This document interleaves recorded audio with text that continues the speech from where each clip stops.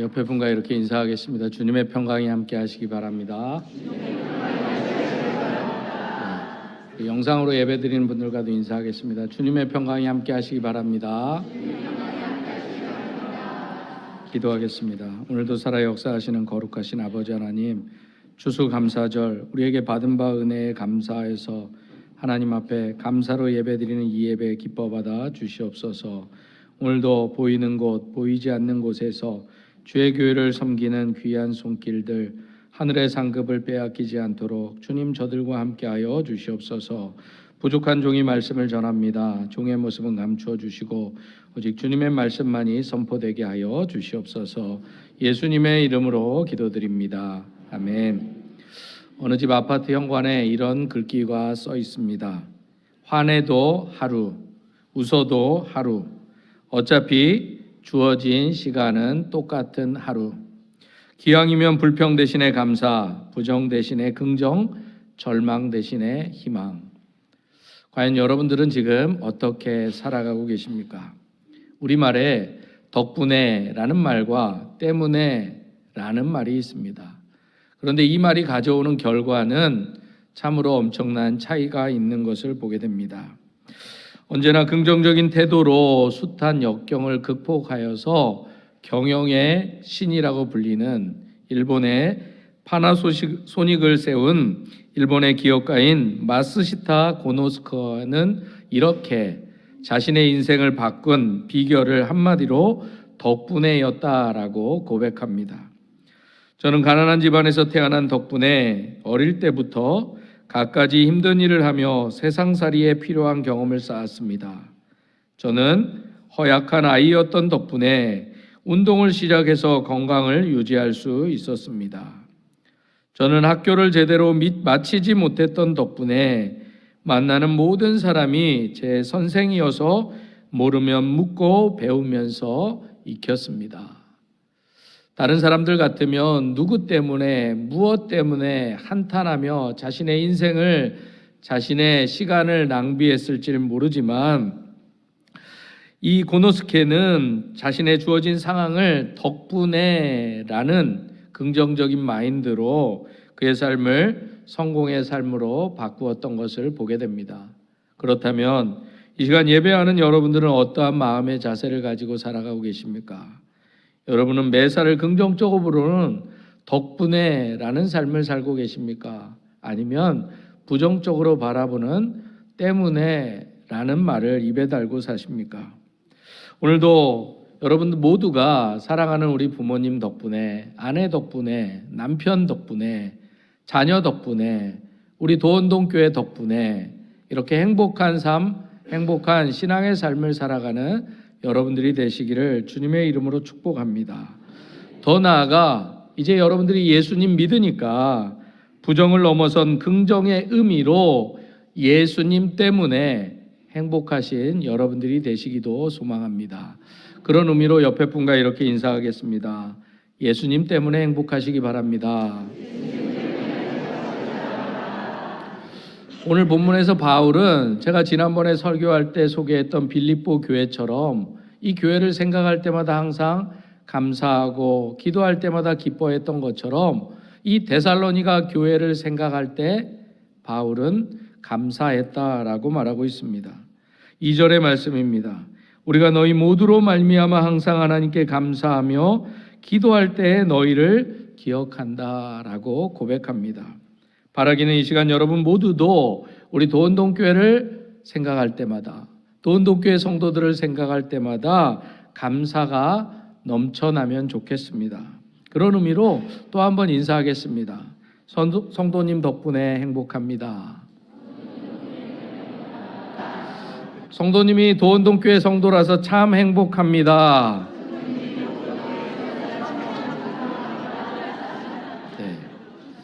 19세기 시인이며 영국 국교회 목사였던 조지 허버트는 이렇게 고백합니다.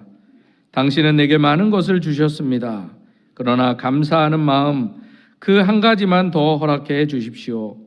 마치 당신의 축복이 영원하다는 듯 기쁠 때만 감사하지 않게 해 주십시오. 감사하는 마음이 나의 심장 박동이 되어 당신을 찬양하게 하소서. 때때로 우리는 무엇이 우리에게 주어졌을 때, 우리가 물질이나 건강 등이 있을 때, 그때 하나님 앞에 감사하는 것을 보게 됩니다. 그러나 허버트는 그의 모든 심장박동이 하나님을 찬양하고 하나님 앞에 감사하는 곳으로 향하도록 기도하고 있는 것을 보게 됩니다. 다시 말해 그는 삶의 모든 순간을 감사하는 삶을 살기를 원했던 것입니다. 그렇다면 하나님으로부터 구원의 은혜를 받은 여러분들은, 아들을 죽기까지 내어주신 그 사랑을 받은 여러분들은, 그 사랑을 알고 그 사랑을 깨닫고 있다면 오늘 여러분들의 심장박동도 뛰고 설레야 되지 않겠습니까? 한번 여러분들 심장에 손을 얹어보세요. 설레시는지. 안 설레시는 분은 회개하셔야 됩니다. 이 시간 여러분 모두가 도원동교회를 생각할 때마다, 도원동교회 성도들을 생각할 때마다 가슴 설레는 그런 삶을 살아가는 여러분들이 되시기를 소망합니다. 그렇다면 은혜는 무엇이고 감사는 무엇이겠습니까? 우리가 잘 알고 있는 것처럼 은혜는 헬라어로 카리스입니다. 그런데 감사를 뜻하는 헬라어 유카리스테오라는 단어는 좋은 은혜라는 뜻을 가집니다. 이처럼 은혜와 감사는 한 뿌리 같은 어원에서 나오는 것을 보게 됩니다. 그래서 유명한 신학자 칼 바르트도 이렇게 말했습니다. 은혜와 감사는 하늘과 땅처럼 한 쌍을 이룬다. 목소리가 메아리를 부르듯 은혜는 감사를 부른다. 번개 뒤에 전등이 오듯 은혜 뒤에 감사가 온다. 예수를 믿고 구원받았다면 당연히 감사가 올 수밖에 없다는 것입니다. 은혜는 우리의 어떤 행위 때문에 하나님께서 주어진 것이 아니라 하나님께서 그냥 주시기로 작정하셨기 때문에 자격 없이 받는 것이 은혜입니다. 그래서 그 자격 없이 받은 은혜 때문에 우리가 하나님 앞에 감사하는 것입니다. 감사의 이유가 다른 데 있는 것이 아니라 하나님께서 물질의 복, 건강의 축복, 자녀의 축복을 주셔서 감사할 수도 있지만 그것 때문에 감사하는 것이 아니라 우리를 구원하여 주신 그 은혜, 그 자체가 감사하기 때문에 감사해야 된다라는 것입니다. 오직 하나님의 은혜에 대해서 감사가 우리에게 있을 뿐이라는 것입니다. 하나님께서 우리에게 무언가를 베풀어 주셨기에 감사하는 것이 아니다라는 것입니다. 3부 예배는 조금 시간이 있어서요. 찬양대가 좀 기다릴 수 있지만 제가 농담 하나 하겠습니다. 여러분들 하나님께서 제일 좋아하는 과일이 뭔지 아십니까? 그렇죠. 이미 소문이 퍼진 것 같아요. 여러분들 부모님이 좋아하면 감을 좋아하시면 어떡하겠어요? 감사드리지 않겠어요? 부모님이 감을 좋아하는데 근데 어디 가서 이야기하지 마세요. 성경에 하나님께서 감을 제일 좋아하는데 그런 말 없습니다. 그런데 우리가 하나님 앞에 구원받았으면 마땅히 드리는 것이 감사 드리는 것입니다. 우리가 진정 하나님의 은혜, 십자가의 은혜를 깨달았다면 우리 모두는 감사할 수 있어야 된다라는 거예요. 이걸 바꿔 말하면 우리가 감사하지 않는 것은 하나님의 은혜, 하나님의 사랑을 깨닫지 못했다라는 것입니다. 오늘 본문에서 바울이 복음을 전했던 데살로니가는 콘스탄티노플과 로마와 더불어 당시 3대 도시 중에 하나였던 큰 도시였습니다. 그럼에도 불구하고 술의 신이며 쾌락의 신이기도 한 디오니소스를 섬김으로 성적으로 매우 타락했던 도시 중에 하나였습니다. 그래서 이러한 곳에서 바울이 복음을 전한다는 것은 결코 쉬운 일이 아니었습니다. 그럼에도 바울은 회당에서 3차례 안식일 동안 예수 그리스도의 복음, 예수 그리스도의 십자가의 죽으심과 부활과 다시 오심, 재림에 대해서 말씀을 선포했습니다. 그리고 이때 데살로니가 사람들 중 많은 경건한 헬라인들이 바울이 전한 이 복음의 내용을 듣고 예수 그리스도를 영접하게 됩니다. 그런데 이때 바울의 이러한 복음 전파에 붕괴했던 유대인들의 무리가 시장에서 불량배들을 동원해서 폭동을 일으키고 예수 믿는 자들을 때리고 폭행을 일삼았습니다. 이 때문에 바울은 데살로니가 교회와 형제들을 위해서 석 달만 머무르다가 급하게 데살로니가를 떠나게 됩니다. 그래서 바울은 언제든 다시금 이 데살로니가를 다시 방문하고자 했습니다. 그러나 바울이 다시 돌아올 때 데살로니가 교회와 형제들이 받을 핍박을 생각해서 어쩔 수 없이 자신이 직접 오지는 못하고 디모데를 보내게 됩니다. 그런데 바울의 걱정과는 달리 디모데로부터 이 데살로니가 교회 교인들이 짧은 시간 복음을 받았음에도 불구하고 여전히 믿음을 지킬 뿐만 아니라 마게도냐와 아가야를 거쳐서 복음을 전파하는 그런 교회가 됐다라는 소식을 전해줍니다. 그래서 바울이 데살로니가 교인들에게 감사의 마음을 담은 것이 바로 오늘 데살로니가 전서의 말씀입니다. 1절의 말씀입니다. 바울과 실로아노와 디모데는 하나님 아버지와 주 예수 그리스도 안에 있는 데살로니가인의 교회에 편지하노니 은혜와 평강이 너희에게 있을지어다. 당시 가장 보편적인 인사였던 하나님 아버지와 예수 그리스도로 말미암아 은혜와 평강으로 축복하고 바울이 인사를 하는 것을 보게 됩니다. 이처럼 우리가 예배 시간에 제가 시작하면서 주님의 평강이 함께 하시기 바랍니다. 이 축복이 그냥 나온 축복이 아니라 하나님께서 우리에게 베풀어 주실 축복, 우리가 받아야 할 축복 중에 가장 큰 복이 바로 하나님의 은혜와 평강의 축복이기 때문입니다. 그래서 이 예배당에 들어올 때뿐만 아니라 예배를 드릴 때뿐만 아니라 여러분들의 가정에서 출근을 하거나 퇴근하거나 자녀들이 학교에 가거나 돌아올 때 하나님의 은혜와 평강으로 축복하는 여러분들이 되시기를 소망합니다. 이렇게 인사를 한 후 바울은 곧바로 데살로니가 교회에 대한 칭찬과 격려를 아끼지 않습니다. 사실 데살로니가 교회는 복음을 들은 지 얼마 되지 않는 교회, 그래서 많은 문제와 어려움을 겪었던 교회입니다. 그러기에 바울이 지적할 내용도 가르쳐야 될 내용도 아마도 많이 있었을 것입니다. 그럼에도 바울은 그러지 않았습니다. 먼저 감사를 하고 그리고 나서 칭찬과 격려를 아끼지 않는 것을 보게 됩니다. 그렇다면 데살로니가 교회가 복음을 받아들인 지 얼마 안 된 연약한 교회임에도 불구하고 바울은 무엇 때문에 데살로니가 교회를 생각하면서 감사했을까요? 첫째로 바울은 데살로니가 교회가 복음을 받아들인 지 얼마 되지 않았지만 그들에게 믿음과 사랑과 소망이 있었음에 감사하고 있습니다. 3절의 말씀입니다. 너희 믿음의 역사와 사랑의 수고와 우리 주 예수 그리스도에 대한 소망의 인내를 우리 하나님 아버지 앞에서 끊임없이 기억함이니. 아마도 기독교인들의 핵심적인 신앙 덕목이 무엇이냐라고 물으면 대부분 믿음과 소망과 사랑이다라고 대답할 것입니다. 그런데 보통 믿음과 소망, 사랑 이렇게 말하면 굉장히 추상적으로 들릴 때가 많습니다. 그러나 오늘 본문의 말씀처럼 믿음은 반드시 역사가 있습니다. 사랑은 수고의 열매로 나타나고 소망은 인내로 드러나게 되어 있습니다. 그래서 우리가 예수를 믿는 믿음이 생기게 되면 우리는 가만히 있을 수 없습니다. 움직이게 되어 있습니다. 누구보다도 헌신하게 됩니다. 왜냐하면 성경의 말씀처럼 행함이 없는 믿음은 죽은 믿음이기 때문입니다.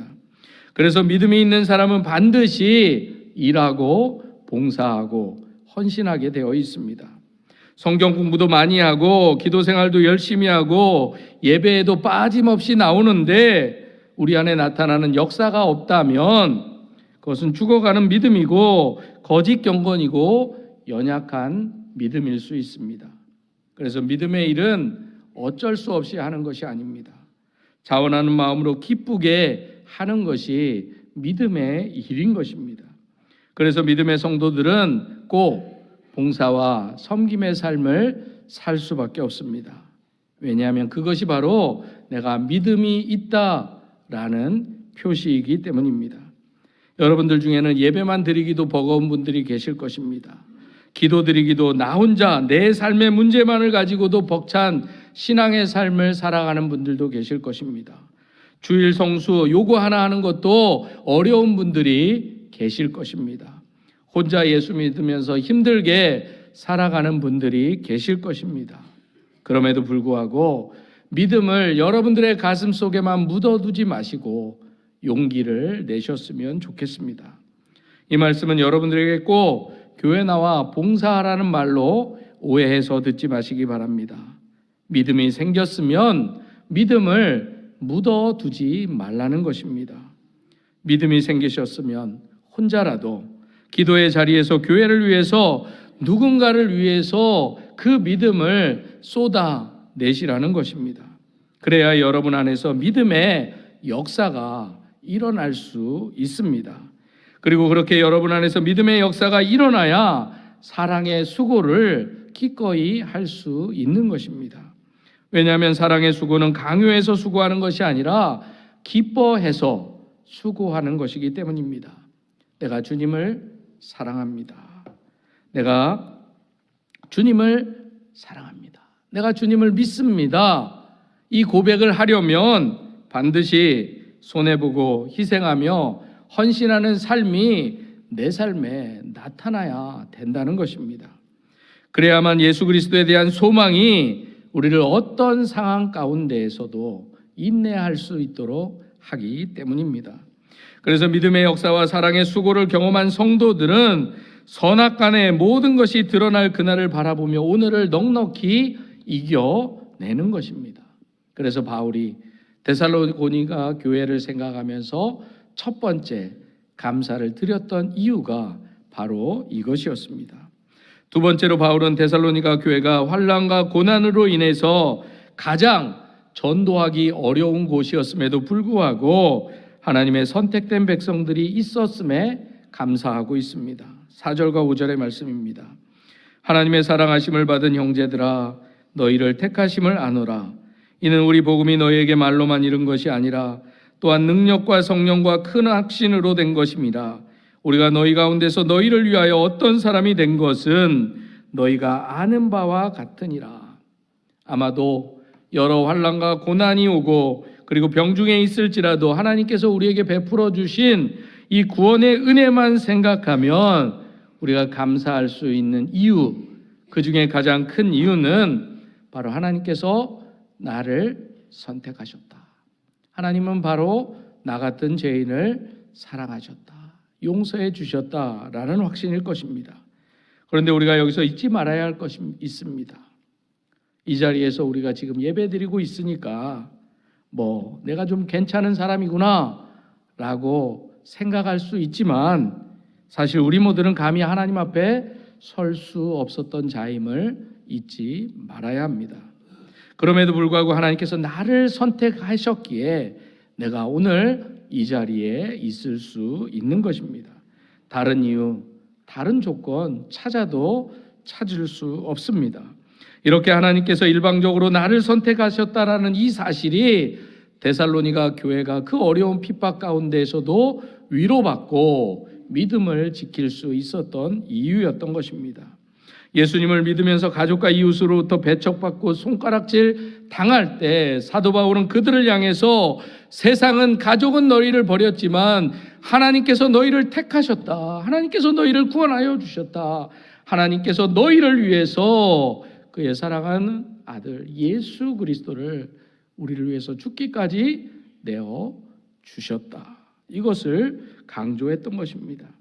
이처럼 이 세상 가운데 어떤 상황 가운데에서도 우리가 기뻐하고 감사할 수 있는 이유는 단 한 가지, 바로 내가 하나님께 선택받은 자다. 하나님께 사랑받은 자다. 이 확신인 것입니다. 그래서 그 선택에 대해서 지난번 설교 때 말씀드렸던 것처럼 에베소서 1장 4절은 이렇게 말씀합니다. 곧 창세전에 그리스도 안에서 우리를 택하사 우리로 사랑 안에서 그 앞에 거룩하고 흠이 없게 하시려고 우리를 택하셨다라는 거예요. 내가 이렇게 예수 믿을 것을 하나님은 창세전에 예정하시고 선택하셨다라는 거예요.